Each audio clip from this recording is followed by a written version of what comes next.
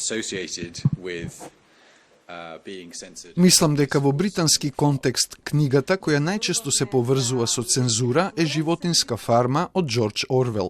Во исто време, интересно е да се спореди зошто Животинска фарма и зошто љубовникот на Леди Четерли од Дејвид Херберт Лоренс биле забранети и во каков контекст.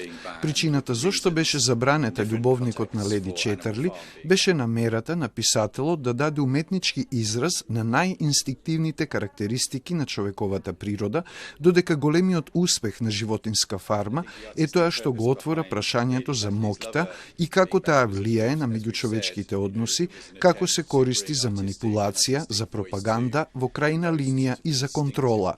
Се менува, читањето се менува зависно од парадигмите. Ние денеска живееме во тој период на интерпретацијски пресврт после 80-тите, нели, кога политичкото, етичкото, естетичкото се така да ние така и читаме.